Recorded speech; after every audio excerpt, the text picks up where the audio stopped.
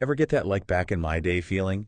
When you see some new tech? Oh, yeah. Like I remember when tablets first came out, I thought they were totally pointless. Really? Yeah.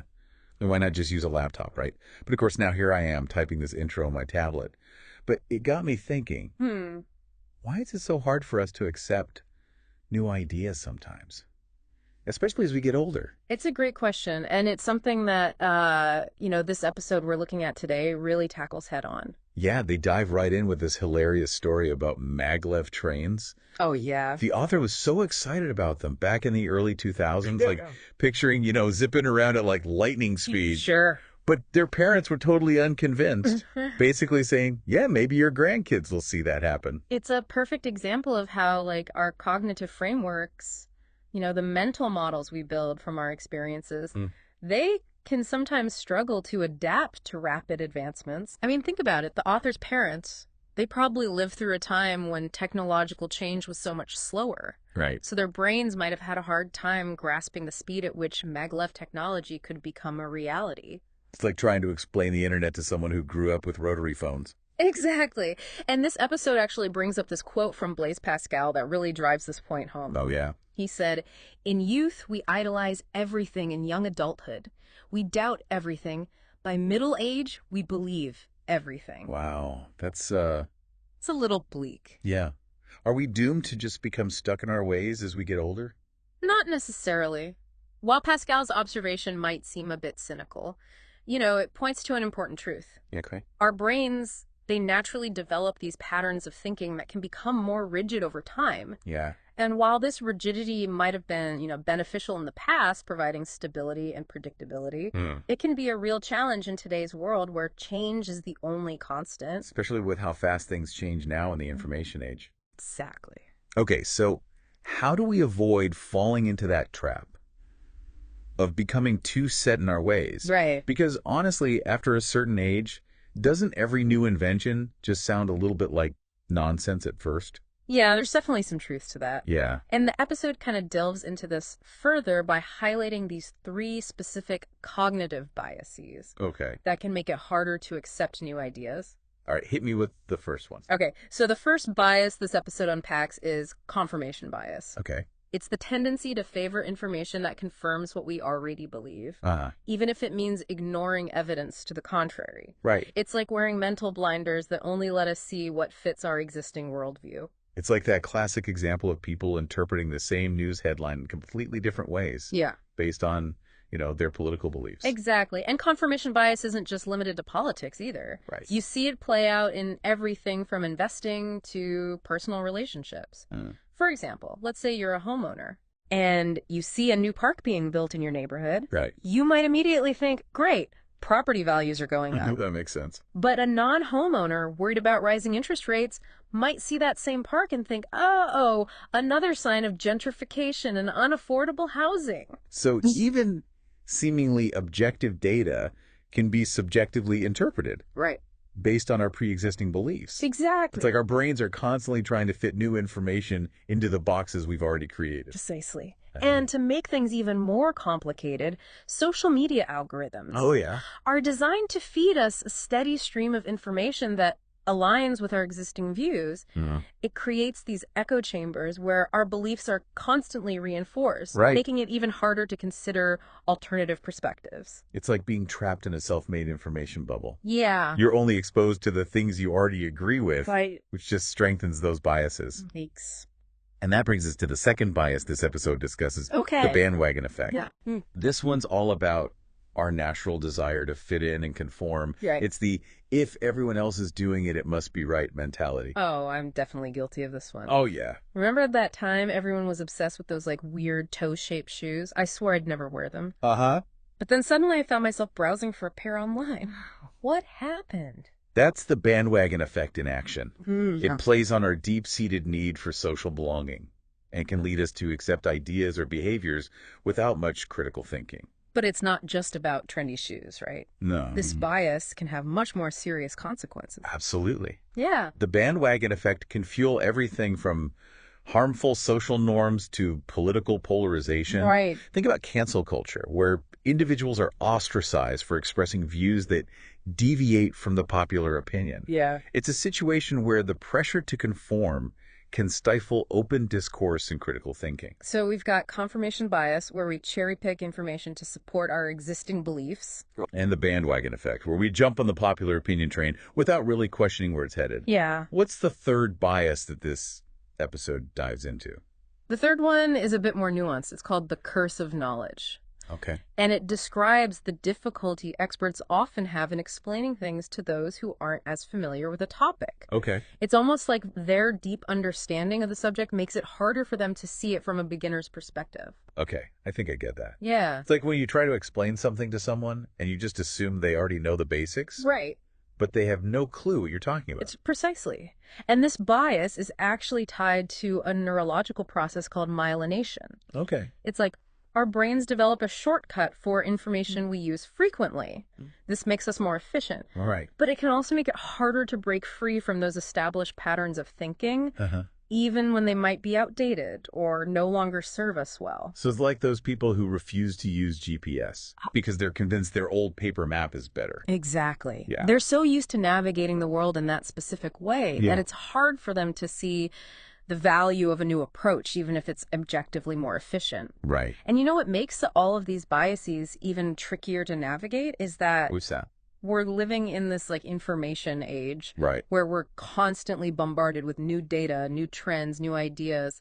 It's like trying to drink from a fire hose. It really is. Yeah. And it makes me wonder, are traditional ways of learning even relevant anymore? Like rote memorization, standardized testing. Right. I mean, those methods were designed for a world where knowledge changed at a snail's pace, not a warp speed like it does today. Yeah, that's a valid point. Yeah. Our current educational models, they often prioritize the accumulation of facts over developing critical thinking skills and adaptability. Right. And that can leave us, ill-equipped to deal with the complexities of a world where information is constantly evolving. So what's the solution? How do we avoid getting overwhelmed by the information overload Right. and actually become better at embracing new ideas? Well, the good news is that this episode actually offers some practical advice. Okay.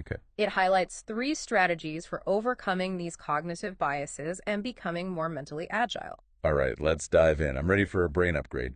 Okay, so the first strategy is all about developing metacognition. What now? Metacognition. Oh. It's essentially like the ability to think about your own thinking, to become aware of your thought processes, your biases, your mental habits. It's like being able to step back and observe your own brain in action.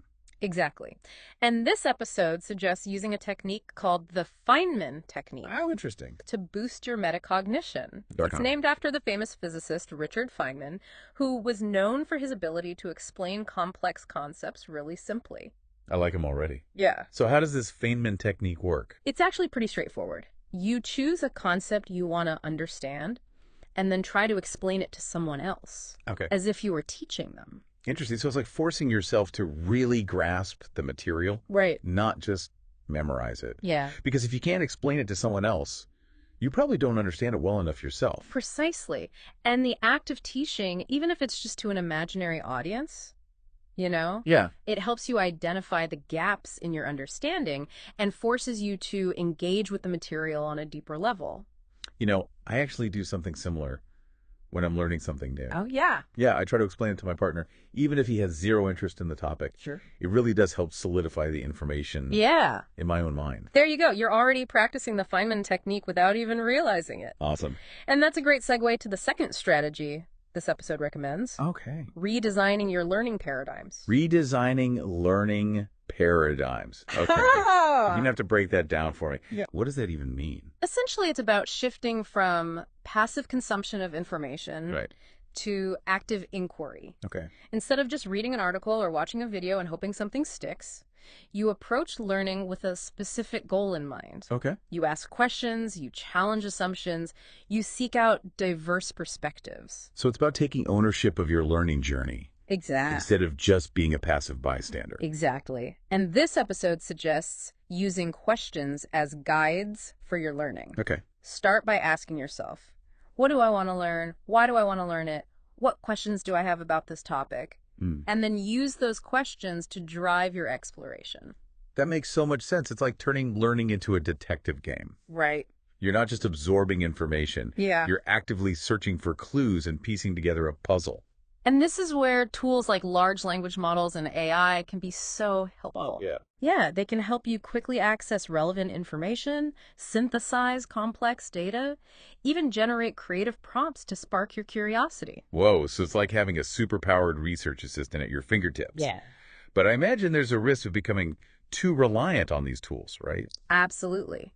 It's crucial to remember that these are tools, Right. not replacements for our own critical thinking. Yeah. They can be incredibly powerful allies in our quest for knowledge. Sure. But we need to be mindful of using them responsibly. So it's all about finding that balance. Right. Between leveraging the power of these technologies while still maintaining our own intellectual autonomy. Exactly. And that leads us to the third and final strategy this episode highlights. Okay. For overcoming cognitive bias. What is it? Overcoming FOMO. Oh, FOMO, the bane of my existence. Right. I swear, between social media news alerts and the constant barrage of new trends, it feels impossible to keep up. Yeah, it's a real challenge, and it's something that this episode acknowledges directly. We live in a world where we're constantly being told that we need to know more, do more, be more. And it's easy to get caught up in that fear of missing out. Totally. Constantly chasing the next shiny object. And that fear can be paralyzing. Yeah. It makes it hard to focus on what truly matters. Right. And to make intentional choices about what we choose to learn and engage with. Precisely. So this episode encourages us to push back against that FOMO mentality. Okay. It's not about trying to know everything or be on top of every trend. Right. It's about cultivating intellectual independence, resisting the pressure to conform, and focusing on what truly matters to us. So instead of trying to drink from that fire hose of information, Right. we should be more like, a tea connoisseur. I like it. Carefully selecting and savoring the information we choose to consume. That's a perfect analogy. It's about being more intentional with our information intake. Yeah. And recognizing that we can't possibly keep up with everything. And that's okay. Yeah. You know, that's actually incredibly liberating. It's permission to let go of the pressure to be constantly in the know. Right. And to focus on what genuinely sparks our curiosity and aligns with our values. And that's the key to not just surviving, but thriving in the information age. So we've explored, why it can be so tough to embrace new ideas as we get older. Yeah. And how all these, sneaky cognitive biases can trip us up. Right. But the good news is that this episode doesn't just leave us hanging. No, it doesn't. It gives us some tools to work with. Exactly. It arms us with some powerful strategies, Right. to become more mentally agile and open to new possibilities. Yeah, it's like a brain upgrade. Exactly. We talked about developing metacognition, using that Feynman technique to really solidify our understanding. Right. And then redesigning our learning paradigms. Yeah. Approaching learning with a sense of curiosity and purpose rather than just passively, taking in information. And let's not forget about taming that FOMO monster. Oh, yeah, that's a big one. Learning to be selective with our information and focusing on what truly matters. And speaking of focusing on what matters, this episode actually recommends checking out a few books that go deeper into these topics. Yeah. Thinking Fast and Slow by Daniel Kahneman. Oh, yeah, that's a classic. It explores the two systems of thinking that govern our decisions. It's a fascinating look at how our brains work. And there's also Pensée by Blaise Pascal. Yeah, we touched on his quote earlier. Right, about how our thinking changes over time. Exactly, but the book is full of these insightful observations about the human condition and the search for meaning. And then there's The Righteous Mind by Jonathan Haidt. Oh, that's a good one. Which explores the moral foundations that shape our beliefs and values. Yeah, it's a must-read for anyone who wants to understand, the complexities of human behavior and how we can bridge those divides. So to everyone listening out there, think back to a time when you struggled to accept a new idea. Maybe it was something technological like the rise of smartphones. Or maybe it was a shift in social norms. Whatever it was, ask yourself, which of these biases might have been at play? Were you clinging to familiar frameworks? Were you swayed by, the opinions of your social group? Yeah. Or maybe you just fell victim to the curse of knowledge, assuming everyone else saw the world the same way you did. It's so easy to do. It is. But,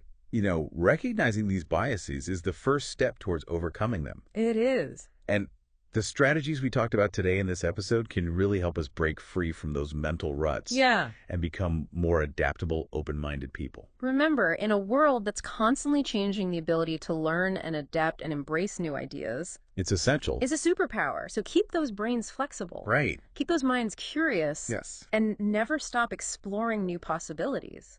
That's the key to not just surviving, but thriving in the 21st century.